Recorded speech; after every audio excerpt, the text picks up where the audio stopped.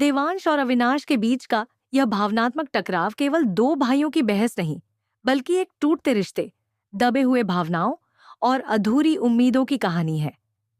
अविनाश, जो आमतौर पर शांत और संयमित रहता है, इस बार शराब के नशे में था, लेकिन उसी नशे की हालत में उसने अपने भाई से दिल की सारी बातें कह दी।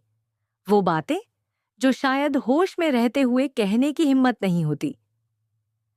अविनाश ने खुलकर कहा कि देवांश ने मेघा से शादी करके एक बहुत बड़ी भूल की है। उसने बताया कि यह शादी देवांश की अपनी खुशी के लिए नहीं, बल्कि मां की इच्छाओं और पारिवारिक दबावों को पूरा करने के लिए की गई थी।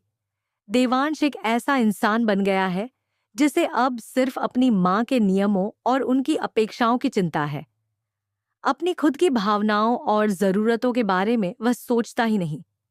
अविनाश ने साफ शब्दों में कहा कि देवांश की इस सोच से सबसे ज्यादा नुकसान वसुधा को हुआ है, जिसकी भावनाओं को पूरी तरह नजरअंदाज कर दिया गया।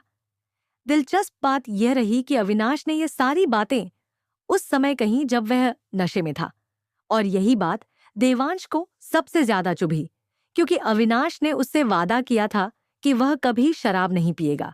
देवांश का उस पर गुस्सा आना स्वाभाविक था, लेकिन अविनाश का दर्द भी सच्चा था।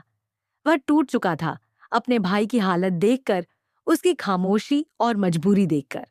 उसने तर्क दिया कि वह यह सब इसलिए कह रहा है क्योंकि अब सहन नहीं होता।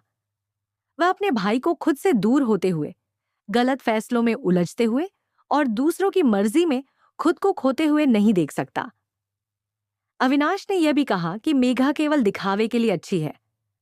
वह बाहर से संस्कारी और समझदार बनती है, लेकिन अंदर से खुदगर्ज है।